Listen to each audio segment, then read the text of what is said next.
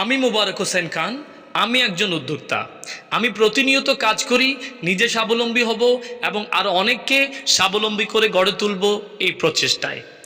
আমি চাই তরুণরা চাকরির জন্য বসে না থেকে নিজের প্রতিভা এবং প্রচেষ্টা দিয়ে নতুন ধারার সূচনা করবে।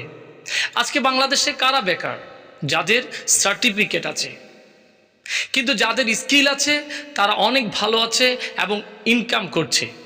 এই ধরুন রিক্সাওয়ালা, সিএনজিওয়ালা, তাদের স্কিল আছে তাই তারা দিন শেষে 1000 টাকা ইনকাম করছে, মাস শেষে 30,000 টাকা। কিন্তু একজন অনার্স এবং মাস্টার্স গ্র্যাজুয়েশন কমপ্লিট করা ছেলের মাসিক ইনকাম 10,000, 15,000 কিংবা 20,000 টাকা। তাহলে আমরা কি বুঝলাম?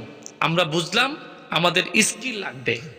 বন্ধুগণ, সার্টিফিকেটের পেছনে সময় দিতে গিয়ে মনে রাখবেন যাতে স্কিলটা অর্জন হয়।